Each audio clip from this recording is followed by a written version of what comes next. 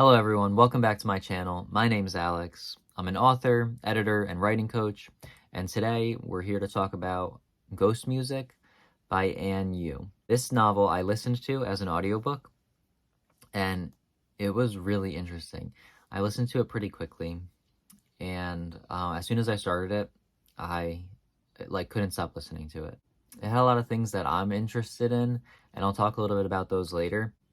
But in general, Ghost Music is wonderful for readers who know a little bit about Chinese culture and regions, and even for those who are looking for a first steep into Chinese literature. Anne Yu is a master at focusing on the minute details of family and relationship dynamics throughout this novel. Our main characters maneuver life in 21st century China while trying to find meaning throughout different potential avenues of life. Parenthood, career mobility, and feelings about the past all influence each character on their journeys through accepting the most devastating truths about themselves and the world, while always having to find ways forward.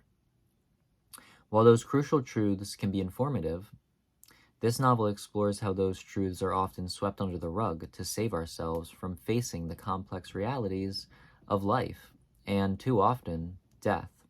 This novel understands the realities of life to be so complex as to appear to us as more fantastical than our wildest dreams. Read this novel with a mind to explore the thin line between the real and surreal, and you will discover something inside yourself that drives your behaviors the way the characters of this novel are driven by obsessions over their own fantastical realities. The worlds of classical music, Chinese tea culture, and rare Chinese mushrooms come to life throughout this novel in ways that are exciting to explore. Vera Choke adds wonderful narration to the audio version by Media Recorded Books, bringing emotion and different character voices and perspectives to life with her talents. More in summary, this novel follows a young Chinese professional woman who is married and is having different feelings about if she wants to be in the relationship, if she wants to leave the relationship. She has a very close relationship with her mother-in-law throughout the novel as well, who is sometimes helpful and sometimes not so helpful.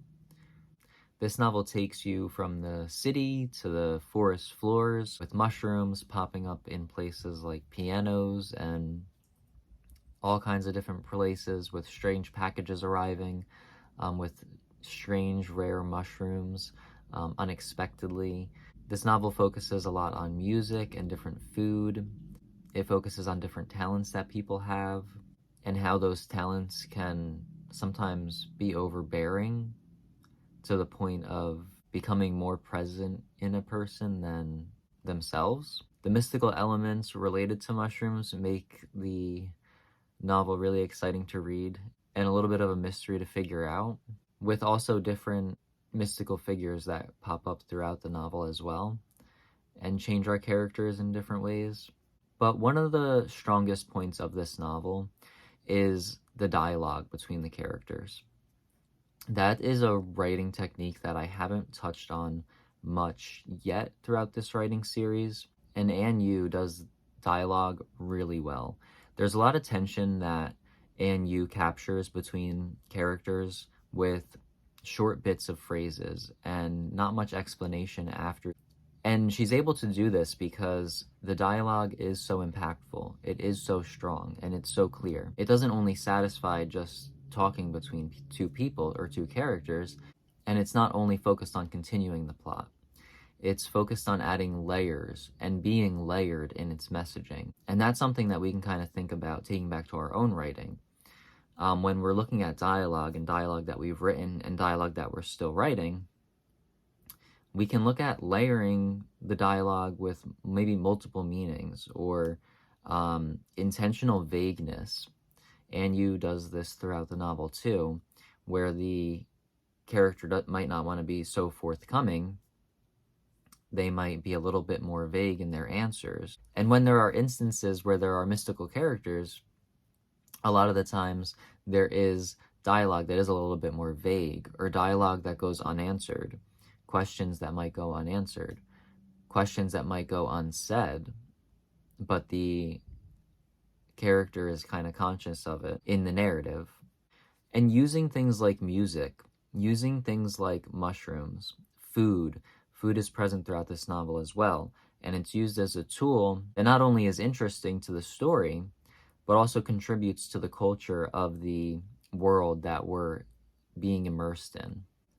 And this is another technique that we can use as writers when we're writing about our own cultures, when we're writing about different cultures, and even when we're creating cultures in fantasy.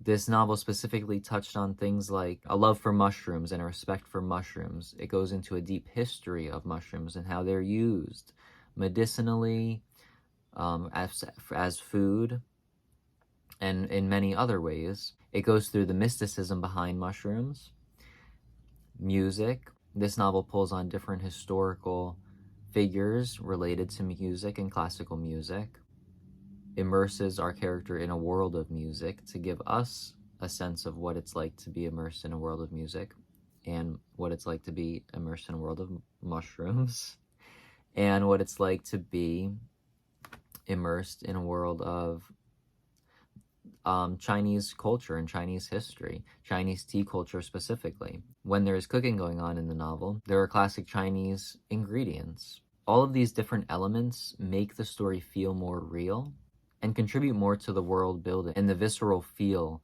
of the novel than using generic things. If you are creating a fantasy world, you want it to feel as real as what writing about this world would be like. If you're writing about this world and you're writing about a culture that maybe you don't know too much about, you have to do your research. Read novels by those writers. Read about the culture, the history, the philosophies, the religions. You have to read about everything to see how society functions. Otherwise, the characters in the novel and the story is probably not going to come off as authentic and easy to read and fall into and feel real for the reader. As you're telling your story, you want to take the reader throughout the world. You want to show them the world and the story that our character is presented with and aware of and noticing too, because that's the perspective. That's the either narrative perspective or the character perspective. And it's important for the reader to understand that and follow that.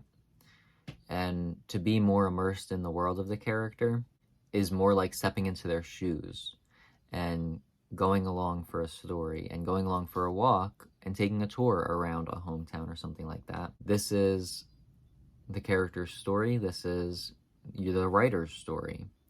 This is your hometown. Give the reader the details that you would if you were giving someone a tour of your hometown. Give them the history of that house. If it's important to the story, give them the history of different things. And you can add details like this, especially in dialogue, that are quick, easy, can be done in a few words and phrases, and can be more powerful than even like paragraphs of description. With dialogue, you also want to be very economic and natural sounding in what the characters are saying. And another important thing is to also, if your character is staying more or less the same for different sections of the novel, have them kind of speak the same. If they use like specific words or specific phrases that other characters don't use, that's going to build their character and make them sound a little bit more individualized and unique than the other characters. To bring in different characters who use maybe specific words and maybe colloquial terms. If they're from a certain area, look up some colloquial terms, and what that means is some local word, like slang words, that might not be used in other regions, but are used where that character is from. If you use those and bring them in, that can build their character more. And if they're not using colloquial terms and they're using other terms instead, what's the reason for that? Native readers might be able to pick up on that and be curious about it. Now, do you have to do all of these? Pick one and start with one. See where you see opportunity in your writing as you think about these things, as you go back and read your work. That's kind of the best way you can identify. And think about, as you're writing, implementing some of these tips and tricks to see how it can influence your writing, and see if you like it. See if you think it makes your writing stronger. Everyone's writing style is different, so I'm trying to pick out a lot of these different techniques that I'm seeing writers do really well to refer you over to some works to read also. Reading is the best way to write better. So if you want to give a read or a listen to Ghost Music by Ann Yu, and you can see some of the techniques that I was talking about today. Leave a comment of some other books that you might be interested in writing analysis on, and make sure you give a like, hit the subscribe button. As you know, I'm an author, editor, and writing coach, so if you're interested in any of those services, you can check out my website in the link below and reach out to me through there. I'd love to know what you think of Ghost Music by Ann Yu. Thank you so much for watching, and have a great day.